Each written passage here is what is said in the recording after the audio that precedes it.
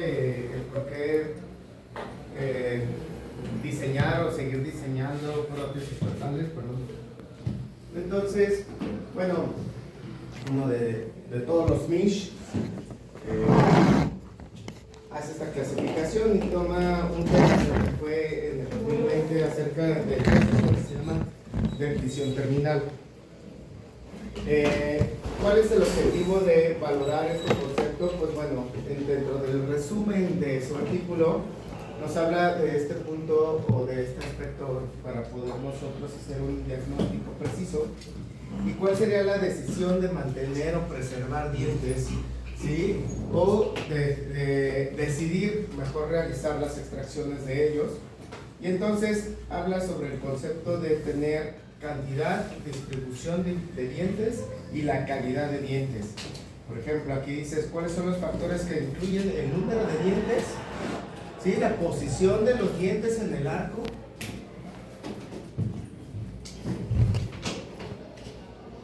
la posición o la distribución entre ellos y las condiciones, ¿no? Por ejemplo, si presentan caries o la susceptibilidad a caries o la posibilidad de presentar cargas o la posibilidad de poder ser rehabilitados y también la posibilidad de poder ser en una posición estética. Vaya, si nosotros encontramos en algunos pacientes algunos dientes que queremos preservar, y lo que siempre les comento es, si van a hacer una rehabilitación protésica fija o múltiple o combinada, primero valorar un diente que esté en excelentes condiciones y que no haya tenido ningún tratamiento previo. O si tuvo un tratamiento previo protésico, pues que esté en buenas condiciones para poder de ahí partir y fabricar como un arquitecto literal todo lo que viene siendo armar todo el paciente completamente. Ustedes como protecistas pues tienen que idear en su cabeza lo que quieren llegar a hacer. ¿Sí me explico? O sea, todo lo planificas aquí y después lo ejecutas, ya sea que lo hagan analógico, digital, pero si ustedes no tienen en su cabeza una visión de cómo quieren armar ese paciente, están perdidos. Un protecista tiene que tener imaginación para poder diseñar prácticamente todo lo que tú quieres llegar a hacer. Si no estás visualizando la boca del paciente, cómo lo vas a fabricar, pues entonces va a ser mucho más complicado para ustedes. Entonces, casos en los cuales tenemos tipo de dientes con estas condiciones, algunos podrían decir, bueno, los voy a preservar, puedo hacer remodelados, alargamientos de corona y preservar, tratamientos de conductos. Aquí también, en algunas condiciones de este tipo, que a lo mejor podríamos decir, bueno, si voy a hacer reconstrucciones, pero ¿qué condiciones se van a quedar estos dientes para poder soportar alguna carga? O extracciones de algunos de ellos y si me voy a quedar nada más con un central, un lateral, pues realmente ya qué tan funcional está en el arco. A eso se refiere el artículo de Misch. Y entonces podemos nosotros partir a diseñar una prótesis total convencional o inmediata y posteriormente, si el paciente quiere algo mucho más allá, como un mecanismo de retención extra, o que nosotros consideremos que a lo mejor no hay mucha retención, pues ese es el tema que vamos a manejar hoy. ¿Saben muy bien ustedes ya la clasificación de Misch acerca del diseño de prótesis fijas sobre implantes? Yo creo que ya se la saben de memoria, ¿no? Sí. Adelante.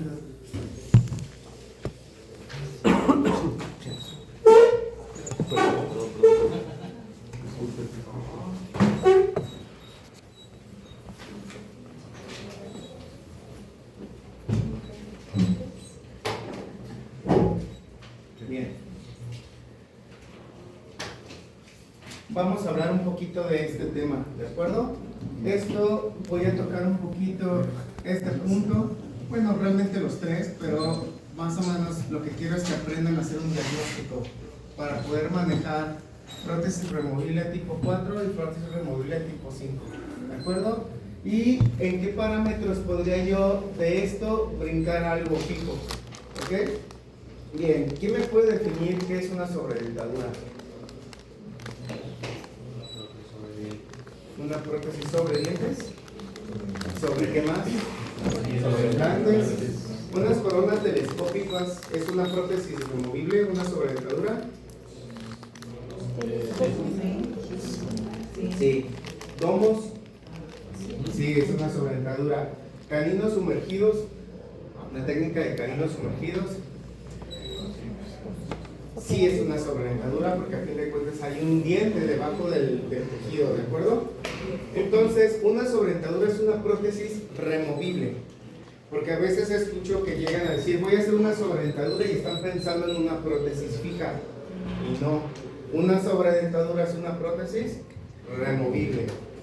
No lo digo yo, nos vamos a basar, todo lo que yo les doy, se recuerden siempre, trato de darles todo basado en artículos o si les digo esto es del libro o esta foto es de caso mío, ¿sí me explico? Yo les voy siempre diciendo que sí es mío y que no. Bien, ¿qué nos vamos a basar en el glosario de términos prostodónticos? ¿Y qué nos dice? Pues bueno, es una prótesis que va a estar sobre, ya sea diente natural, sobre un resto, sobre algún... He visto pacientes últimamente, no sé por qué me llegaron como 3 pacientes para arcos de prótesis totales, pero todos traían raíces, o sea, sus propias raíces con caries, pero estaban bien selladitos, o sea, la propia caries como que selló, y eran restos radiculares, pero sin procesos infecciosos. Y han durado, digo, ¿cuánto tiene que con la prótesis? 10 años y las raíces ahí perfectamente, dices, a veces hasta dices, y si le hago la prótesis nueva, así en vez de estarle haciendo extracciones, a veces ahí tienes que medir, si tiene 10 años con la prótesis, no trae infecciones, y me meto a hacerle extracciones de 14 restos radiculares, híjole, paciente de 82 años, dices, no, mejor le hago la prótesis arriba de eso otra vez y a lo mejor hasta te evitas, ya en caso, no, pero es que así están todos, haz de cuenta que todos están ahí así, todos como si los hubieran rebanado, y luego con la caries misma se selló todo y se ven así negritos todos. Y así ha funcionado, pues mientras no haya un absceso, pues a veces dices, bueno, si sale, pues ya quitas ese, si no, pues meterte a que cicatrice, regularizar proceso, la prótesis no va a estar ajustando, va a estar molestando, etcétera, mejor ahí en esos casos ni moverle, ¿no? Entonces eso sería una sobredentadura, porque es una prótesis que está sobre restos radiculares, ¿de acuerdo? Bien, entonces, si entendemos el concepto de sobredentadura, vamos a ir viendo algunos conceptos. Yo les invito a que pertenezcan a partir de ahorita o más adelante a una asociación que certifique o avale sus estudios de cierta manera. El ITI, pues al igual no les va a dar una certificación como tal, pero si ustedes pertenecen a un consenso o un grupo de estudio, lo que pueden hacer ustedes es valorar y revisar en qué nivel están. Cuando perteneces a un grupo, como por ejemplo el Club de Estudios del ITI, pues lo que van a hacer es estar sentados así como están ahorita, porque yo estuve en uno que se llamaba Azul y Oro, que era de CEU, del doctor Alejandro Treviño. Te muestran un caso clínico, te dan unas hojas, tú lo resuelves y hay un cuestionario. Entonces cada uno va resolviendo el caso clínico como tú consideras que es el caso clínico. Luego ese es un consenso entre todos, un debate, y luego resuelve el caso clínico el que trae de ponente. Entonces ese es muy enriquecedor, pero aparte te das nivel de qué tanto, si traes nivel o no traes nivel, porque aparte te preguntan ahí en qué te estás basando. O sea, obviamente el artículo de tal año, tal hoja, tal dice, a ver, o sea, pon tu referencia de lo que estás considerando, ¿sí me explico? Entonces tú mismo te vas exigiendo a subir un poquito de nivel. Entonces, pues bueno, déjame ver si hay internet. Creo que sí. Pueden acceder a la página del ITI y pueden ser miembros. Aquí mismo se pueden ustedes agregar. Va a haber ya algunos simposios que pueden ustedes acudir. Sí, el costo más o menos yo creo que va a andar como entre 8 y 10 mil pesos, porque realmente cuando te das de alta es en francos suizos. Y pues si ustedes van a estar colocando implantes Straumann o Neoden, pues es el hermano tal cual del ITI, de todo lo de Straumann. Entonces pues yo los invito a que más o menos pertenezcan a un centro como el de ellos o a un club de estudio, para que puedan basarse. Ya en cuanto entran, ustedes pueden acceder a todos los libros que tienen ellos, y de miembros nuevos siempre te mandan 1 o 2 tomos de la guía. ¿De acuerdo? Entonces, pues chéquenlo, yo se lo recomiendo bastante. Y vamos a continuar entonces con la presentación en la que nos vamos a basar. Perdón, esta es otra presentación.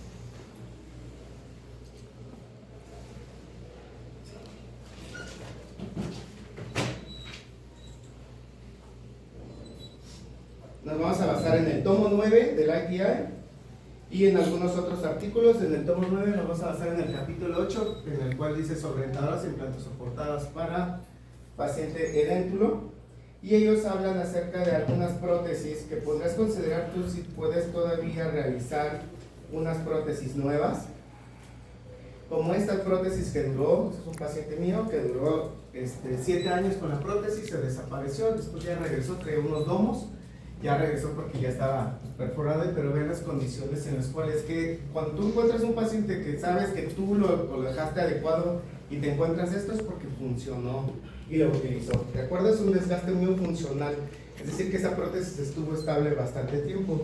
De ahí puedes considerar tú que te dice el ITI.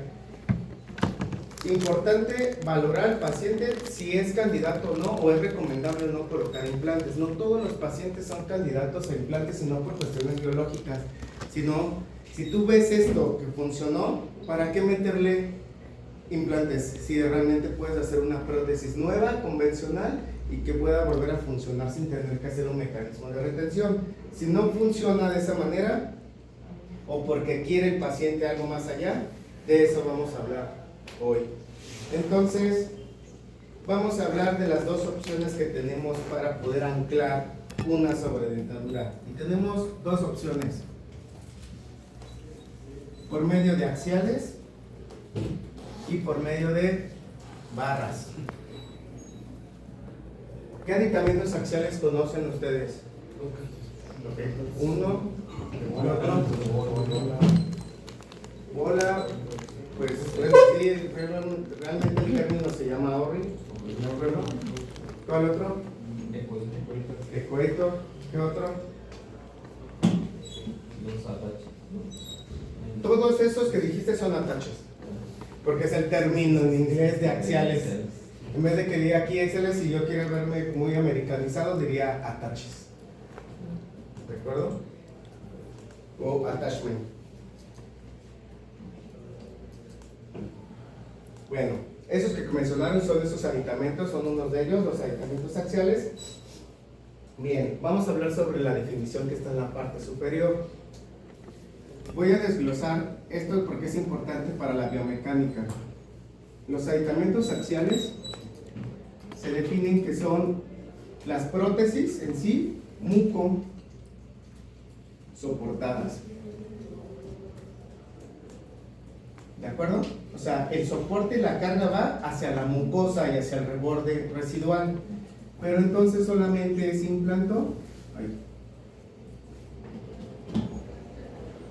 retenida. Es decir, que el aditamento axial lo único que va a hacer es retención. ¿De acuerdo? Solamente lo que va a hacer es un clip y va a retener. Pero no es implanto soportada. ¿De acuerdo? Los aditamentos axiales están diseñados solamente para que se soporte en la mucosa, en la distribución del reborde, y solo sirva como un mecanismo de retención activo. ¿Ok? Los mecanismos de retención pasivo es adhesión, cohesión, tensión superficial, presión atmosférica, ¿de acuerdo? Pero un mecanismo de cuando se rompió eso porque el paciente de cierta manera no se puede hacer una dentadura con succión, pues entonces necesitamos un mecanismo de retención activo, que es un aditamento, ¿de acuerdo? Pero esto no sirve para soportar cargas.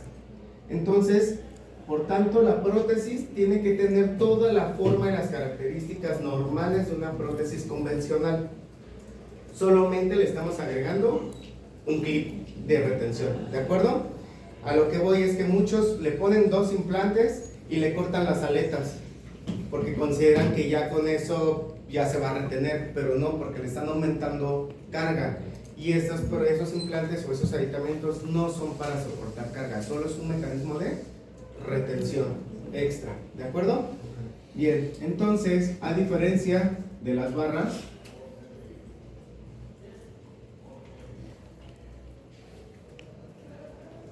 es al revés. Es mucosoportada también, implanto retenida y también es implanto soportada. Porque el que va a soportar las cargas de los dientes es la barra. Y en el otro, ¿dónde se soporta la carga? En el reborde. ¿De acuerdo? ¿Vamos bien? ¿Por qué es importante eso? Porque en el diseño de la prótesis no tenemos que omitir ciertas características. Ahora, la pregunta sería,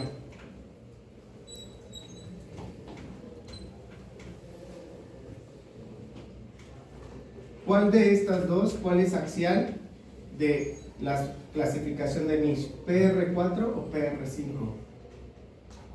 4. Sí, ¿Quién dijo 5? ¿Por qué? porque hay menos tejidos de soporte. O sea, va soportado en la mucosa. Ok. Solo sirve de tensión. No serían tanto los tejidos de soporte, sino porque la clasificación de Misch va respecto al diseño de la prótesis. O sea, esa clasificación es de prótesis, no de rebordes, ¿sí? El que hace clasificación de rebordes es Hasbury. El Misch hace clasificación sobre prótesis. Entonces, PP1, ya sabemos cuál es, solo forma y tamaño del diente. Recesión es una PF2, dentogingival es PF3. PR4 es una barra con una prótesis friccional, como una sobredentadura, sobre implantes, pero con barras, ¿sí? Y axial es cuando ya no tienes, ya prácticamente menos implantes, menos estructuras, entonces es más sobre mucosa. Ajá, entonces sería PR5. Entonces los aditamentos axiales son PR5. ¿Ok? Entonces la clase de hoy es prótesis removible tipo 5 de la clasificación de Misch. Y entonces, como la híbrida no entra en esa clasificación. ¿Híbrida te refieres a fijo? Ajá. No, ese es PF3. Directamente. Es PF3. Con encía, pues, estética rosa. Dentogingival. Si hablas de fijo, esa que tú mencionas es la PF3. Pero bueno, en una híbrida es cuando tienes dos implantes y es pone. Cualquier prótesis, si te vas al glossario de términos prostodónticos, buscas definición de híbrido, es cualquier prótesis que tiene más de dos materiales. Eso es lo que te va a decir la definición. Así que una con circonio y titanio es híbrido. IMAX con cerámica estratificado es una restauración híbrida. Todo ese tal cual como definición de híbrido es porque tiene más de dos materiales, dos o más materiales. ¿De acuerdo? Entonces, si hablamos adecuadamente, híbrido está mal empleado. ¿Sí? Porque entonces, por ejemplo, yo lo entiendo porque sé a dónde te dirigías el comentario, pero entonces tú más bien me dirías, una prótesis fija dentogingival sería o tipo Toronto, ese sería una PF3. Sí. Híbrido realmente puede ser que sea fijo, removible, fijo sobre los dientes, ¿sí me explico? Porque son diferentes materiales. Y lo que tú dices es esto, sobre dentadura. Es una PR5. Implanto, no, acuérdate que no es implanto, soportada. Soportada, implanto, retenida. ¿De acuerdo? Cuando son Dos implantos nada más. Sí, sí. Fíjate, eso era lo que yo quería porque parece que no, pero sí es importante saber la definición tal cual. ¿Ok? Entonces, ese es el tema, ¿de acuerdo? Dentro de la clasificación de Misch es la 5.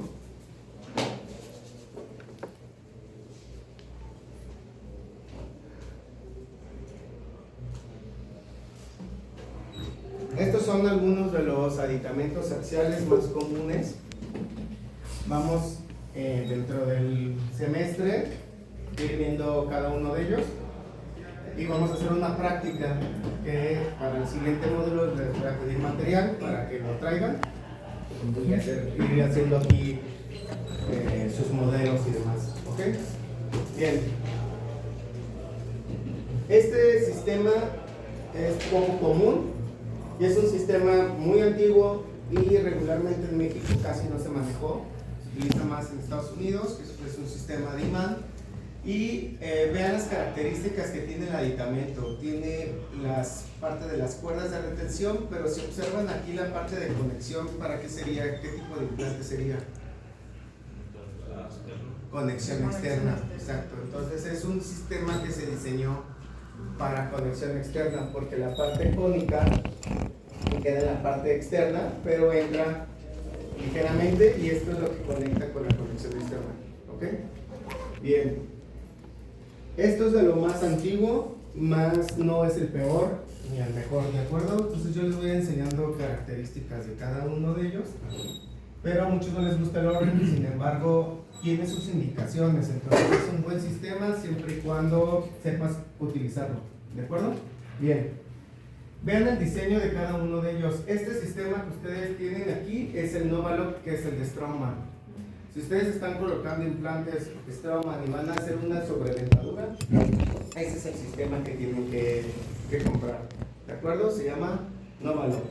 Tanto Novaloc como Locator son los dos sistemas que le quedan para implantes de Straumann. Sin embargo, el ideal o el más común es, o el real de la marca, se llama Novaloc. Las características de esto es que todos estos son titanio y este es carbono. El housing, que es el que conecta en la prótesis que va en la parte superior, todos son metálicos con goma. Y este, o sea, un metal con PIC. Entonces es mucho más rígido, ¿de acuerdo? Menos desgaste, más sólido, más rígido. Pero tiene tanta rigidez y es mucho más estable que si se lo colocas a un paciente 4 implantes y tiene 80 y tantos años, no se va a poder quitar la prótesis. Nunca. ¿Sí me explico? Entonces acaban de hacer algo de sobredentadura fijo. Entonces hay que saber que a pesar de que el paciente traiga un buen sistema, no está lo más indicado para ese paciente. En tu caso fueron dos. Sí. Podría ser, pero de todas modos la retención es muy alta. Posiblemente con 2, pero le bajas la retención del PIC a uno mucho más sencillo. Por eso casi siempre ponen más Estos son los más comunes y es más económico ligeramente que este. Pero ¿De qué marca son esos dos? El del Equator y el de Locator. este es más universal para cualquier marca. Este es para todos los sistemas que tienen una conexión cónica. Vean el diseño. Esto tiene un hexágono aquí. ¿Estamos? ¿Y esto cómo se ve? Es un cono. Cónico, exactamente. ¿Qué implantes conocen que tienen cono? Neodent. ¿Cuál es el sistema de Neodent de retención de axial? Equator. ¿Sí me explico? O sea, cada sistema, cada implante tiene su sistema porque su conexión así es. ¿Cuál es la conexión o la plataforma de un MIS 7? Hexágono. Pero hexágono a nivel de plataforma o profundo. No, es a nivel de plataforma. ¿Sí? El MIS 7, el hexágono es a nivel de plataforma. Entonces, su sistema de retención o puede ser este o puede ser este, pero no le puedo colocar un Equator. ¿Sí me explico?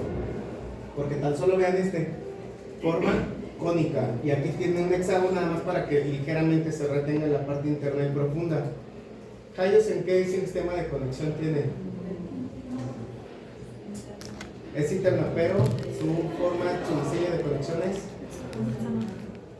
hexágono profundo, es cónico hexagonal. Todos los coreanos, todos los implantes coreanos son cónico hexagonal. La parte tiene un hexágono, ese sí es un hexágono profundo.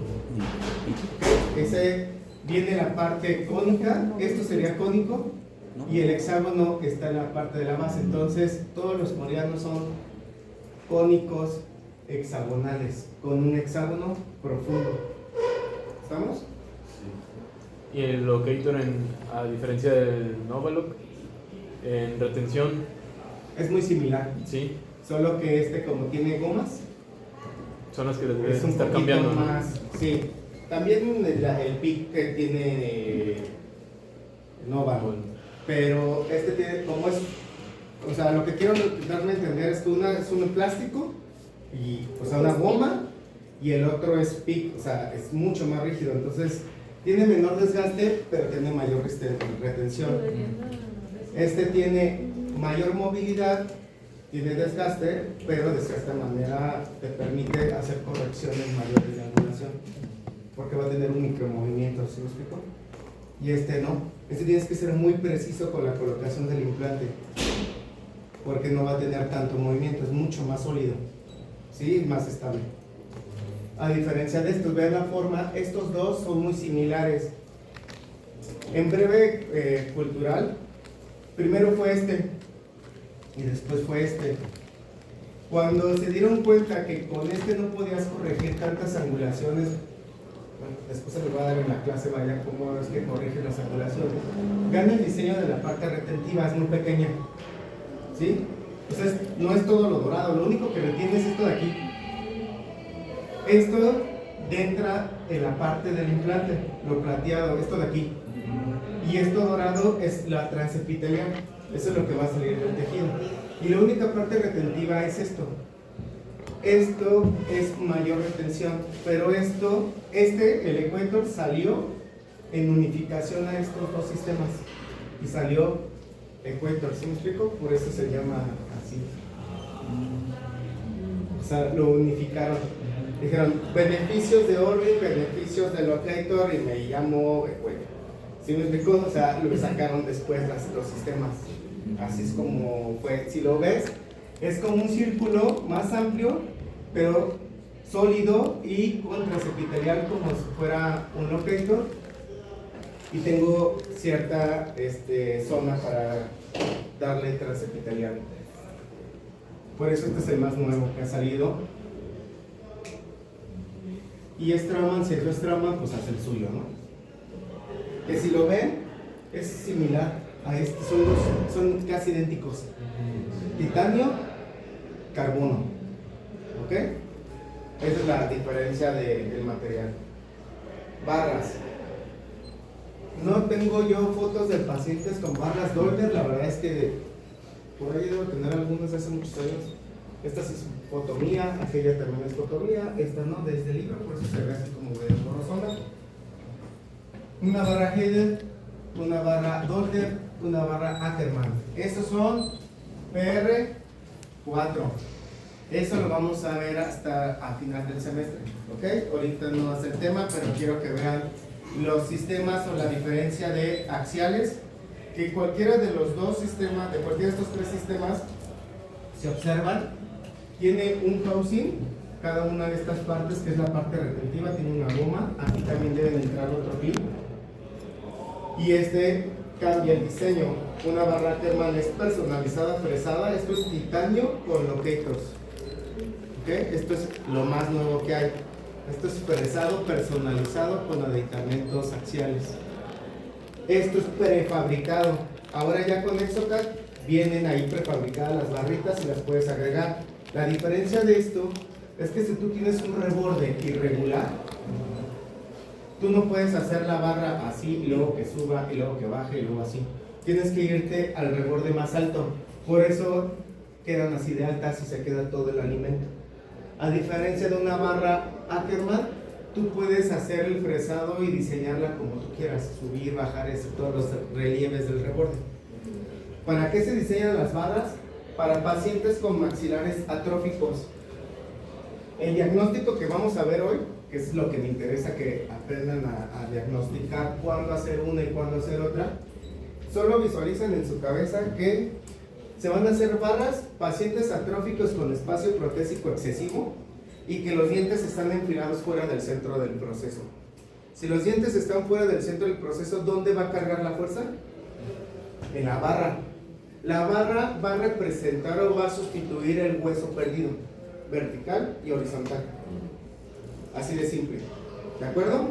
Si un paciente tiene mucho espacio protésico y perdió hueso horizontal y vertical, la barra va a sustituir ese hueso perdido. O sea, la barra ahora se va a poner donde debió de haber estado ese hueso. Y entonces el diente ahora va a estar enfilado ahora sí arriba de la barra. ¿Sí me explico?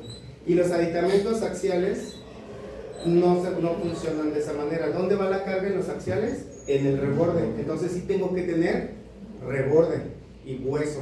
¿Sí me explico? ¿Me expliqué ahí? En cambio, en estos pacientes, son pacientes que no tienen nada de hueso y los dientes están enfilados fuera del centro del proceso. ¿Por qué hacer esto? Porque entonces el paciente, si le coloco esto fijo, todo el alimento, si así se lo quitan, y vean, imagínense algo fijo. En menos de año y medio ya llegó con la prótesis, los implantes en la mano, literal. O sea, con cálculo y todo así en la mano, los implantes. Porque muchos consideran que porque el paciente tiene posibilidad económica y hueso para colocar 6 implantes, se los colocan y la tornillan en una prótesis, pero con demasiado volumen y demasiada retención de placa. Entonces eso va a fracasar rapidísimo. ¿De acuerdo? Cuando era un abarrado, ¿la carga va a la barra? La carga va a la barra, porque recuerda que soportada, mucosoportada, implanto retenida. Ahí sí, porque la carga va a ir a la barra. En los axiales no. ¿A dónde va? Al reborde. Cuando capturas un aditamento, esa práctica la vamos a hacer. Tienen que valorar que la prótesis asiente bien. Si la capturan y queda ligeramente la prótesis haciendo esto, está sobrecargando. Y entonces esa prótesis de primera instancia están desgastando la goma. Están dando carga al implante, al aditamento y al hueso. Entonces, ¿cómo debe estar? Hasta el fondo. En cambio, en esta sí haces un sellado periférico a la mucosa, pero toda la carga va a la barra. Cada vez que muerde el paciente va a distribuir la carga a la prótesis. ¿Estamos? Sí. ¿Cuáles son las consideraciones para el diseño de una sobredentadura en términos generales? ¿A qué se refiere esta diapositiva? ¿Qué voy a analizar en el paciente para poder hacer el diagnóstico protésico? Eso es en pocas palabras. ¿Qué considero? Si yo, doctor, llega el paciente, trae una prótesis del paciente, pero medio deficiente, pero todavía le funciona. Doctor, ¿qué me ofrece? ¿Otra convencional? ¿Aditamentos axiales? ¿O puedo ser candidato a fijo? ¿O no soy candidato a fijo, pero quiero algo más estable? Entonces usted es candidato a barra. ¿Sí me explico? ¿Qué tengo que considerar para poder hacer mi planeación protésica? Eso es lo que quiero que aprendamos. El punto más importante, el soporte del labio. ¿Se acuerdan cuando les di prostodoncia que dije, ese término lo van a ver de aquí hasta que hagan prótesis de arcos completos sobre dentaduras? El soporte labial es el punto más importante. Todo esto que está aquí, de frente en esta foto, es lo más importante para el diagnóstico de una prótesis removible o fija sobre implantes. ¿Ok?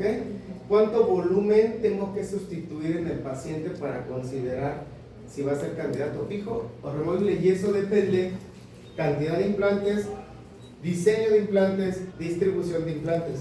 Y no al revés. Siempre ven una tomografía, taquetean al paciente y luego visualizan qué le van a poner. Y no, es al revés. Primero planifico la parte protésica, distribuyo implantes, vendo el tratamiento después de lo protésico. ¿El paciente qué va a buscar? ¿Implantes o busca prótesis? Busca prótesis, quiere comer, quiere tener una calidad de vida. Pero ustedes le están ofreciendo implantes, pero porque nomás ven hueso y quieren pues, cobrar y la gana y está padre. Pero la parte de la complicación que viene después porque no cumpliste con lo que buscaba el paciente, ahí es donde entra el problema.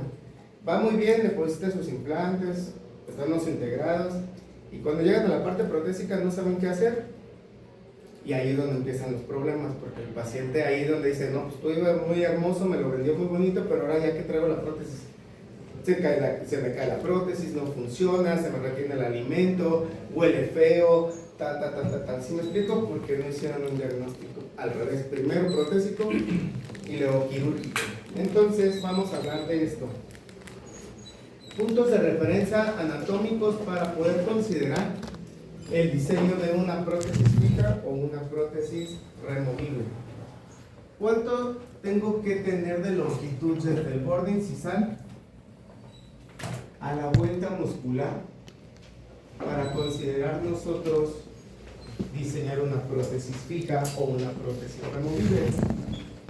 Y me voy a basar primero en esta tabla. ¿Bien? ¿Cuánto mide un diente regularmente? 10. 10. Eso, muy bien. En nuestros estudios de proporción divina, análisis dentofacial de Cois, Pascal Magnier,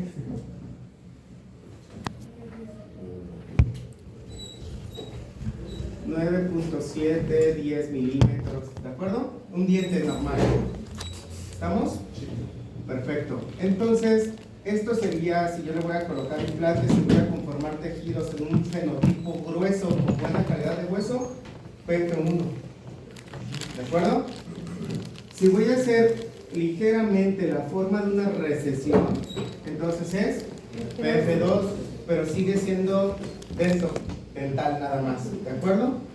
Pero entonces, cuando ya cambio la altura y ahora voy a ponerle dentogingival, ¿cuánto es lo que tengo que tener de longitud? 15, 10. 14 o 15 milímetros. ¿Estamos? ¿Bien?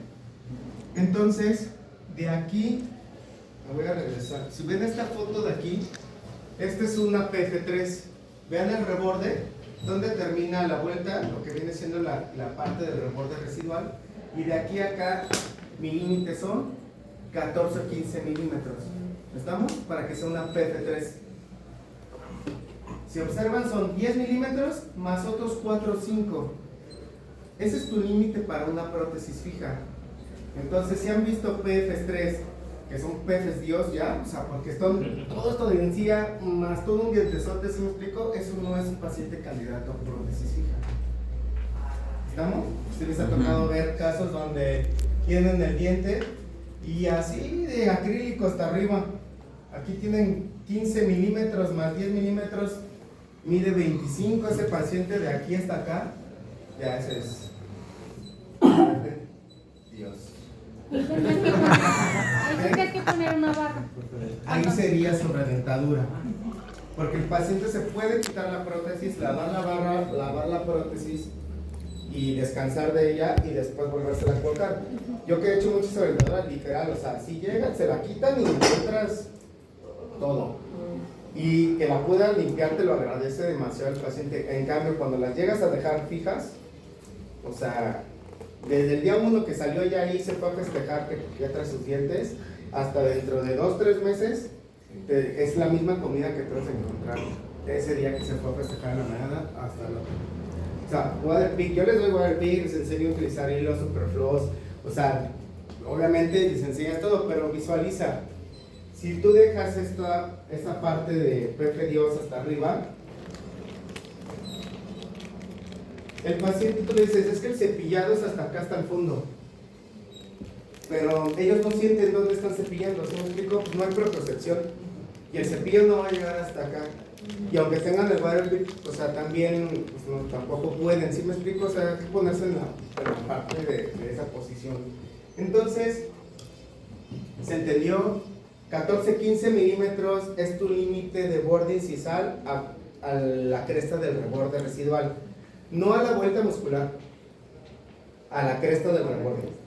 Porque la aleta tú la vas a eliminar. Esta es una dentadura convencional. ¿Ok?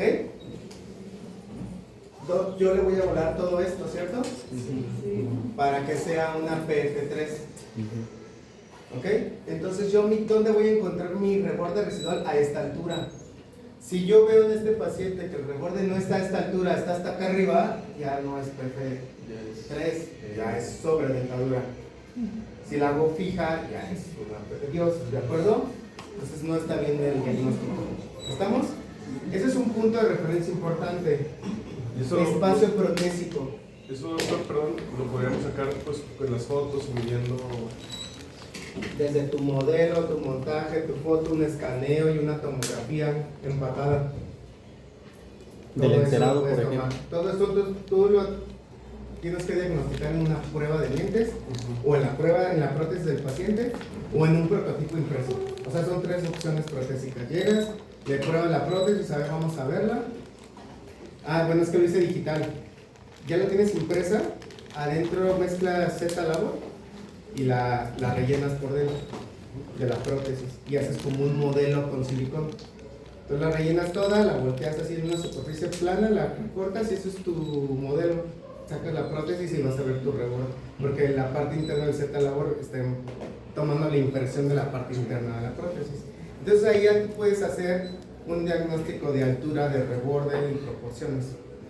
Lo quieres hacer digital, escaneas eso, la tomografía de que te salgan hasta los cóndilos y lo empatas en Exocad o en BlueSky. ¿Y la sobredentadura es muy pesada? ¿O cuál es la Yo creo que es más pesado hacer eso si lo haces en fijo que una sobredentadura. Sí pesan, pero no es tanto. De hecho, el titanio no es pesado, no he hecho estructuras de titanio, no pesan. O sea, de hecho, yo acabo de atornillar una de arco completo de titanio con sobreestructura de circonia. Y la parte de titanio, que está ionizada, no pesa nada, pero la circonia es muy pesada, es así para que veas, pero no me quería quedar con las ganas de hacerlo. Yo te recomiendo más así que son como de frío, de silicona. Y dentro de toda mi experiencia de los años que he hecho arcos completos, si llega un paciente que se le desprendió el acrílico, se me fracturó el diente, es muy fácil repararlo en el consultorio y se va. Sí. Y cuando es la circonia es todo. Hay que volverlo a hacer todo. Y ahí te cuesta una lana a ti porque el paciente no lo va a pagar. En cambio, a menos que le vendas un seguro, pero el seguro es de 50,000 pesos, porque por ejemplo la que yo hice ahorita, esa me costó el laboratorio 45,000 pesos. O sea, son 6 implantes sobre implantes BTI, una mesoestructura de titanio con la estructura de circonia, 45 watts. Si me truena, son 45,000 pesos que ya fueron. y la En prótesis? cambio, metal acrílico, la descarga, la reparas o la mandas al lavatorio. O sea, yo siempre guardo a los únicos que no recupero análogos ni nada. O sea, de individuales sí, y ahora con lo digital pues son reposicionables, no hay tanto tema. Pero de arcos completos son los únicos modelos que nunca recupero los análogos. Esos se quedan ahí en cajita, porque la información que tenga ahí es muy fácil que yo la puedo volver a enviar. O sea, los únicos que tengo de lucha de cajas son de los arcos completos. Porque es de volver a amarrar todo, tomar impresión, es un rollo. Doctor, entonces, para hacer el diagnóstico de la altura es como si fuéramos a hacer una total convencional. La dentadura del paciente, una convencional. Además, puedes llegar hasta rodillos si ya tienes mucha experiencia. Afrontar el rodillo y tomas ahí medidas. ¿Quieres algo mucho más? Prueba de dientes. ¿Quieres algo más allá? Pues ya, la procesas. Ni siquiera es necesario llegar al procesado. Si trae una dentadura bien del paciente, con eso. ¿Sí? Y si no trae nada, pues haces una desde cero y ya de ahí tú sabes si quieres hacer una analógica o una digital. Doc, y en un paciente que tiene periodontitis avanzada y tiene extrusión dental y están, o sea, la dimensión vertical ya está Toda modificada, inestable. Ajá. ¿cómo puedes hacer una prótesis Escaneas inmediata? eso, la ventaja de ahora es escanear todo eso y la tomografía. Entonces cuando haces el implante te va a salir, cuando hagas tu segmentación de la tomografía, Las te quitas. van a salir todos los dientes y el reborde en otra posición. Ahí tomas tu medida, porque ya están extruidos. Ahora lo que vas a buscar es dónde te va a quedar el hueso y dónde te queda el tejido. Olvídate de los dientes. Porque Pero si están ya así, está aumentada la dimensión, ¿cómo en qué tú tal? vas a estabilizar la posición ahí de nuevo. Ahora, en esos casos, es mejor extraer todo lo posterior, tomar una impresión y tomar una dimensión vertical Con rodillos con posteriores. rodillos, exactamente, para que la estabilices ahora como la vas a dejar. ¿De acuerdo? Vale. O sea, el registro con los dientes extruidos no funcionaría. En los dientes te vas a olvidar de los dientes, por eso les decía al principio, tú vas a imaginar, tú eres el arquitecto de ese diseño, ¿no? Entonces, aunque los dientes se estén moviendo y estén extruidos, en la parte, si tú extraes lo de atrás, tu orientación es el rodillo de atrás, aunque lo de acá está fuera así. Y muerda, a lo mejor van a morder a enfrente así los dientes, ¿no? Pero atrás es tu tope. Esa es tu nueva dimensión vertical que tú vas a diseñar. Y ya de ahí armas todo, quitas todos los dientes y ya te hacen la dentadura a donde lo quieres llevar. ¿Sí? Hace poquito le asesoré a una doctora, de hecho egresada de aquí. Todos los dientes estaban así, pero literal aquí arriba, hacia enfrente. Le dije, toma la impresión, olvídate de eso, vamos a hacer una base y un rodillo. Entonces ponía el rodillo y los dientes se le salían para enfrente, pero el rodillo acá. Dices que se ve bien raro, tuvo que perforar toda la base para que se salieran por ahí los dientes. Y le dije, está bien, no te preocupes, tú visualiza el rodillo, ese es a donde quieres llegar. Pues ya que hicieron las extracciones, regresó el proceso, puso la dentadura y me di cuenta que le cambió la vida a la paciente, porque ahora ya se hizo una sonrisa de como estaban los dientes así, los puso donde deben de estar. Hubo como una discrepancia de 2-3 milímetros, pero como es inmediata no pasa nada, ya la siguiente se corrige y ya, pero se le quedó hermosa la prótesis al paciente. La diferencia, ahí es como puedes hacer esas modificaciones, pero con los rodillos con la parte posterior. Sí. ¿Vale? Bien, vamos a continuar con esto. Ahora horizontal, ya vimos vertical, ¿cierto? ¿Cuál es mi otro punto de referencia? La papila incisiva. Vean.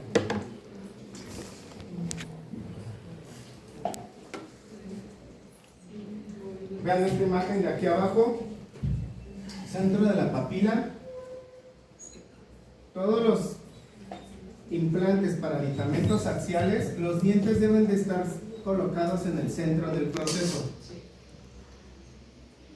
¿Ok? Porque tengo que tener el soporte en el reborde. Si mis dientes están fuera del centro del proceso, ya dije que entonces puede ser una barra. ¿Ok? Todo esto está fuera del centro del proceso, entonces ese paciente no es candidato para axial, es para barras.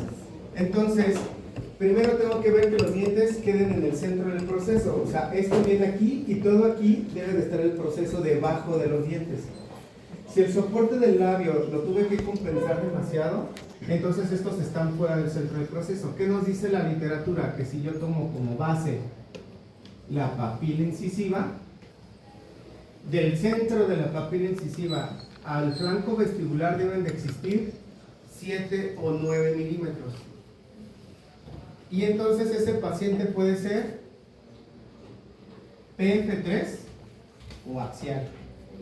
¿Sí? De 7 a 9 milímetros del centro de la papila al flanco vestibular, el paciente es candidato para axiales o PF3. ¿De acuerdo? Dentogingival. ¿Estamos? ¿Cuál sería la siguiente medida? De 10 a 12. Ese paciente puede andar jugando todavía en estos dos, pero yo tengo que hacer una balanza. ¿De acuerdo? Y hacer un diagnóstico un poquito más certero de dónde están los dientes ubicados. Si están muy fuera del centro, estoy hablando de que ahora ya estamos hasta acá. Estos dientes ya están acá afuera. ¿Se me explico? Ahora ya son 12 milímetros. ¿Estamos? Entonces, está el centro de la papila y los dientes están fuera del centro. ¿Vamos bien? Sí. Entonces, aquí es posible que este paciente, el soporte, ¿cómo va a quedar entonces el reborde? Así, ¿no? Los dientes, los implantes por acá y esto va a quedar aquí un volumen. Entonces, todo se va a quedar el alimento ahí. Puede ser que aquí todavía juegue con axiales o jugármela con una PF3, pero si el paciente tiene buenos controles de higiene. ¿Sí? Y decirle, mire, voy a compensar bastante volumen, entonces tienen que usar todos los sistemas de Wi-Fi y su hilo y venir primero a los 15 días, luego a los 3 meses y luego cada 6 meses. Y cada año vamos a descargar la prótesis, involucra cambio de tornillos. ¿Ok? No, doctor, es que me va a salir una lana y no quiero estar viniendo, es más me cae gordo, ya no lo quiero volver a ver. Entonces, pues te vas con aditamentos axiales, lo vas a ver una vez al año para cambiar las gomas. ¿Sale? Y tiene higiene, tiene más control y te desocupas un poquito foto del paciente. Es más, también si a ustedes les cae gordo el paciente y no lo quiere estar viendo, pasa muy común, mejor le pones algo que no la tengas que estar haciendo tantos controles. ¿Sí me explico? Ahí es donde me refiero a el balance, ustedes ya van a determinarlo. Pero ya después de ahí, 12 o 14 milímetros ya no es candidato a fijo ni axiales. ¿Sí? Porque entonces estamos hablando que ya me está quedando hasta acá la prótesis. En el centro de la papila hasta acá, 12, 14 milímetros, ya es mucho. ¿De acuerdo? Entonces es barra, forzosamente, o nada. O sea, una dentadura convencional. Doc, ¿en cuál dijo que se cambiaban los tornillos? O sea, Cuando se hace el mantenimiento. En PP3, una vez al año. Pero solo se cambia el último, después de que está el multi-unit, el que va ahí. ¿O El que fija la estructura, el que fija la estructura al multi-unit. O sea, el de la prótesis, el chiquitito. ¿Vale? ¿No los venden sueltos? Bueno, Sí, todo te lo venden por separado. ¿Vamos bien? Sí, ¿Ya se aprendieron las medidas? más o menos. Si se aprenden esto, van a poder hacer diagnósticos de arco completo. Esto es la panacea, así ya. Literal, si te aprendes esas medidas, sabes diagnosticar prótesis fija en full arch. ¿Ok? Bien, entonces vamos a continuar. ¿y no puedes meter una barra en algo fijo? Es que las barras son para remover. Especialmente son de... O sea, esa parte de... tengo un caso yo que hice, de hecho fue mi caso de titulación de posgrado, porque hicimos mesoestructuras, o sea, 2 barras individuales, y luego hicimos una friccional y le pusimos tornillos laterales.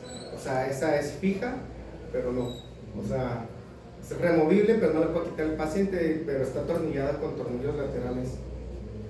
Entonces esas las quitas por palatino, los tornillos, y la descargas.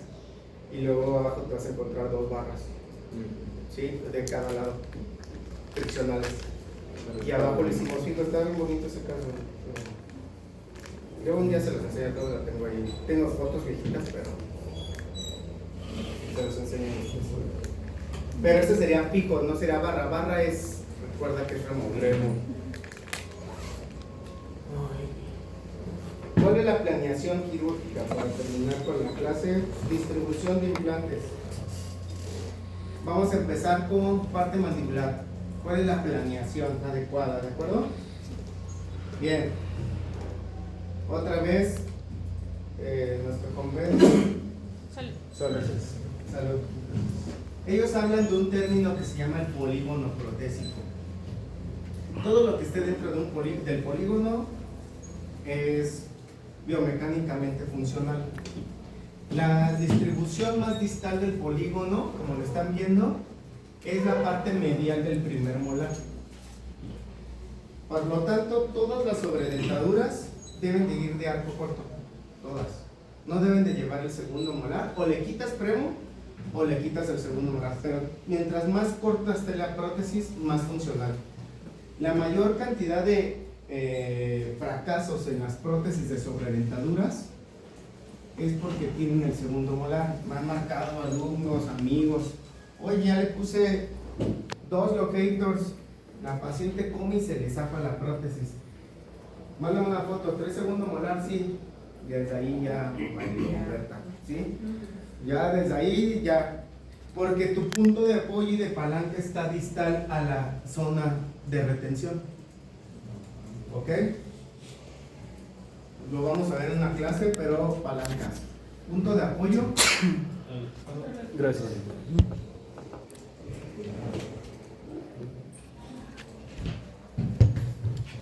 Vamos a tener una fuerza y vamos a tener una resistencia. La fuerza va a estar dada por el alimento que está entre los dientes. ¿Ok? Conforme yo tenga esta distancia mayor,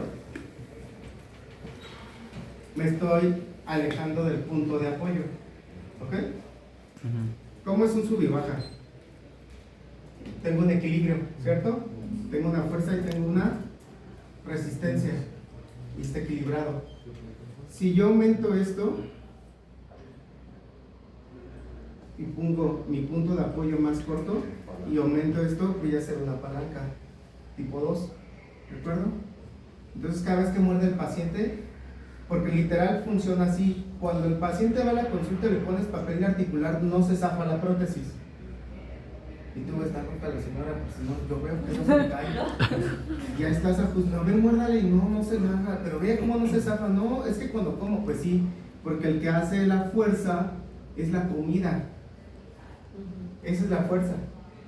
¿Sí? Entonces, si va la paciente, llévense unas zanahorias o lo que sea, muérdale, ahí van a ver que sí se zafa. ¿Sí me explico? Si tú acortas la brecha, te vas acercando a un punto de equilibrio. Tienes resistencia y tienes fuerza y resistencia. Entonces tienes un punto de apoyo equilibrado. ¿De acuerdo? ¿Cómo lo logras? Acortando la brecha. ¿Hacia dónde? Hacia los implantes. Por eso que siempre las placas son hasta el primer molar. Primer molar. Tiene que estar cortita, ¿sale? Bien. Eso es biomecánica simple, básica. Entonces, ahora distribución de implantes. Dice la ITI que si vas a distribuir 3 entre los caninos o segundos premolares o entre laterales y primer premolar, ¿de qué va a depender? De la forma del arco. Si tengo arcos triangulares, ovoides o cuadrados, va a depender dónde los voy a distribuir. Y nos vamos a basar en el siguiente artículo.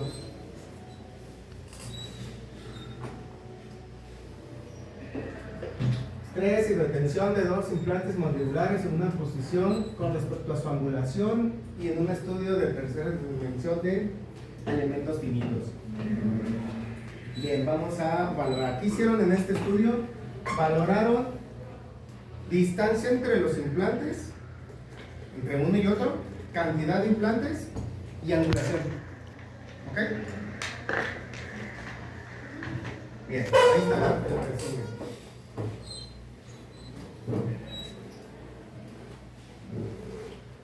Valoraron de la línea media si lo colocaron a 10 o a 15 de ambos lados, si colocaron 2 implantes o si colocaron 4. ¿Ok? Y de estos, si eran a 0 grados o con una inclinación de 15 grados. ¿Cuál era el objetivo? Valorar pérdida de hueso. ¿Sí? Todos los estudios de elementos finitos en sobredentadura, el objetivo de estudio son 2: retención, ¿sí? Y hueso perdido. ¿De acuerdo? Tal cual los artículos de Mr. Von Loss. Entonces es lo único que van a valorar. ¿Cuánto hueso se pierde alrededor de los aditamentos? ¿Ok? Bien, entonces yo les pregunto, si yo les comentaba, hace rato me salió mi molar que parecía una palomita, ahorita no sé cómo. Bueno, ese parece un molarcillo, ¿no? Estoy a primer molar. La distancia que debe de existir entre los implantes debe de ser similar a la distancia que existe entre el implante más distal y el primer molar. ¿Sí? Implante, implante, molar, mi molar. La distancia que existe entre esta distancia aquí debe de ser similar a la distancia que existe acá. Porque yo dije que era... ¿Sí me explico? Exacto. Entonces, este es el punto más importante. Entonces, ¿cómo mando a hacer la tomografía? Con la dentadura. Le pongo una resina o le pongo gutapercha en el primer molar y se va la señora o el señor a tomarse la toma. Entonces me va a salir dónde está ubicado el primer molar. No lo mandé así, pues escaneo la prótesis y la empato en la tomografía. ¿Se me explico? Y hago mi planeación. ¿Estamos? Ah, que todavía trae dientes, pues visualiza dónde está el primer molar. Ah, es que ya se movió el primer molar por la enfermedad periodontal. Pues ya te lo más o menos te lo inventas, ¿no? Porque ya no puedo hacer más. ¿Sí? ¿Ok? ¿Sí me explico? Más o menos ahí es como andas planificando. Segundo punto de referencia, los mentonianos. Todos los artículos de sobreentadura dicen que deben ir los implantes entre los forámenes mentonianos. ¿Cuándo no? Cuando no tienes hueso entre esa zona. Ahora que nos puede hacer, vamos a salir de cosas. Una computadora ya va a morir. Sí, tiene un disco. Ah, ya. Es que quería abrir una para enseñarle algo que tengo. Ah, ya. No sé. Bien. Ya tengo que salir corriendo todo. Bien. ¿Vamos bien aquí? Sí. Ok. Para concluir, la distancia entre implantes, mientras más sea,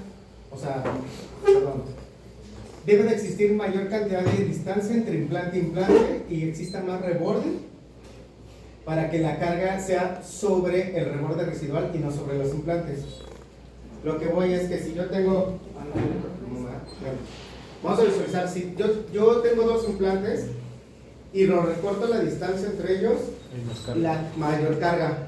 Exacto. Si lo abro, la carga va al reborde. Entonces pierde menos hueso y por tanto es mucho más funcional la prótesis. Hicieron el estudio, hicieron una carga a nivel del primer molar y los resultados fue que entre la distancia entre ellos mayor sea y tengas esta distribución es mucho mejor. Entonces, como decía el ITI, lo ideal sería entonces primero entre segundos premolares, o sea, estamos así, ¿sí? Segunda, entre los primeros premolares, vas acortando la brecha. Tercera, caninos. Y tu última opción sería los laterales, porque entonces esa distancia es más cortita aquí, pero entonces el primer molar está hasta allá, entonces es una palanca 2, ¿sí? ¿En qué caso sería esto? En arcos triangulares chiquititos, el paciente mide 1.40, una boquitita, pues su arco es más pequeño, entonces vas a estar jugando un poquito como entre esto, porque el arco es más pequeño, ¿sí me explico? Pero si tú lo colocas aquí en un paciente de 1.90 con un arco ovoide o cuadrado, mejor métele otros dos más, ¿sí me explico? Doc, y si por algo el paciente no tiene hueso, por ejemplo, de que lo vas a poner en 4 de un lado y del otro no tiene, lo puedes poner en un 3. Idealmente te tienen que quedar como en espejo, entonces mejor ponlos en los 3, ¿sí? ¿Y el tema de la angulación de los implantes? Y la angulación debe quedar rectos. Ahora, ese estudio se hizo porque el aditamento axial antes no podías corregir angulaciones. Ahora existe un aditamento tipo multi-unit para poder corregir. Entonces ahora los puedes colocar angulados, pero entonces vas a corregir la angulación con un aditamento donde se va a atornillar el multi-unit. ¿Sí? Entonces antes no existía, pero ahora ya tenemos ese aditamento. Entonces, o sí existía, pero muy pocas marcas lo vendían. Ahora ya la mayoría de las marcas ya te venden aditamentos de corrección. Novaloc, desde que lo vas a colocar, ya venden el Novaloc angulado. ¿Ok? Entonces, Novaloc te vende uno de 15 y 17 grados. Entonces ya tú lo puedes corregir desde el aditamento. Entonces, aunque pongan los implantes hacia donde hay hueso, ya sabes que el aditamento te va a hacer la corrección de la angulación. Entonces, ahí no importa que el implante esté angulado porque el aditamento arriba es axial, vertical. Por eso se llaman axiales. Axial, ¿qué significa? Recto. Entonces, el implante, ¿cómo se debe de colocar en los implantes? Rectos. ¿De acuerdo? Entonces, para que se haga un aditamento axial debe de ser recto los implantes. ¿Ok? Porque así es el sistema, axial. ¿De acuerdo? Bien. Por último, entonces, en este estudio, mientras más distancia entre ellos, mejor. Y mientras más rectos, mejor. ¿Ok? ¿De qué va a depender la distribución? Del primer molar. Si yo no tengo mucho hueso aquí, pero sí tengo un poco de más hueso acá, pues bueno, la distribución puede ser más posterior, pero la distancia entre ellos tiene que ser homóloga. Les voy a enseñar unos casos clínicos míos para que se entienda. Vean. Implante unitario inferior, 2 implantes inferiores, 3 implantes, 4 implantes. ¿Ok? Son todos los casos y las opciones que tienes mandibulares. Esos son míos, porque yo voy a enseñar. Lo único que luego me choca es que no, luego a veces tomar la foto en el mismo tono de luz de los flash. Bueno, este casi se ve como este, ¿no? Sí. Este sí ya tiene más tiempo, de acá ya se le pusimos mucho más luz. ¿Cuántos implantes mínimos se pueden colocar en inferior? 1. ¿Ok? ¿Cómo? Cantidad de implantes mínimos en inferior, 1. ¿Ok? En superior, en la cantidad mínima para poder quitar el paladar, 4. ¿Ok? Colocar 2 es igual que dejarle la bóveda del paladar. ¿Puedes aumentar retención? Sí, porque a lo mejor puede ser un paladar plano con múltiples frenillos, etcétera. El paciente no pierde mucho la succión, serostomía. ¿Sí me explico? O sea, pacientes que a veces, aunque te la pongas, se cae. ¿Sí? Entonces, puedes colocarle un implante de cada lado, pero no le quites la bóveda del paladar.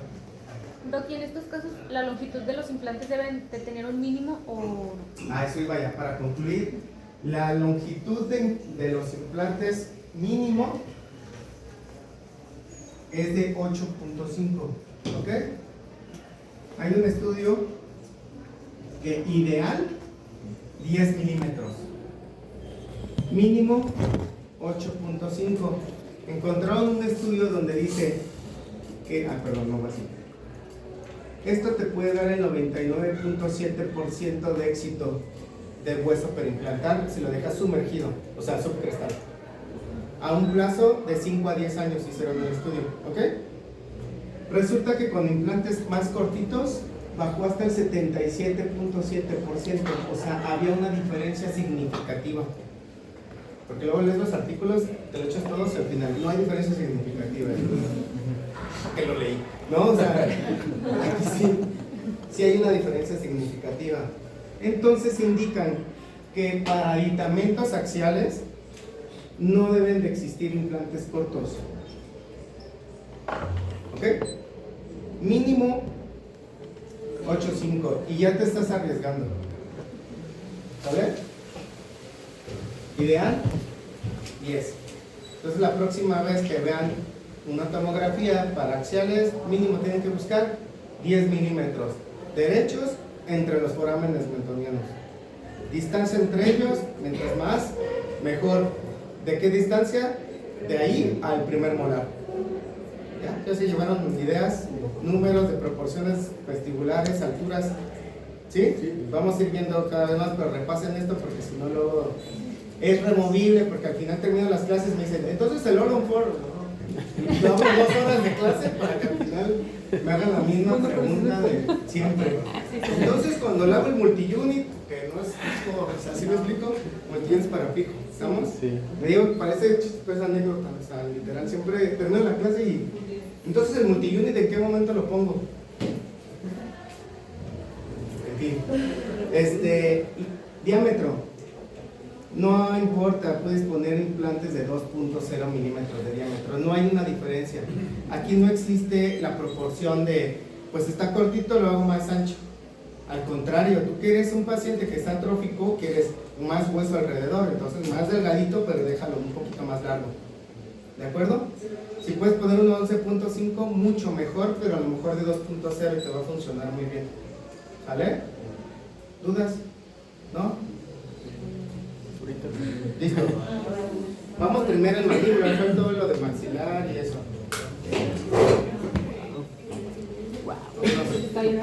Igual que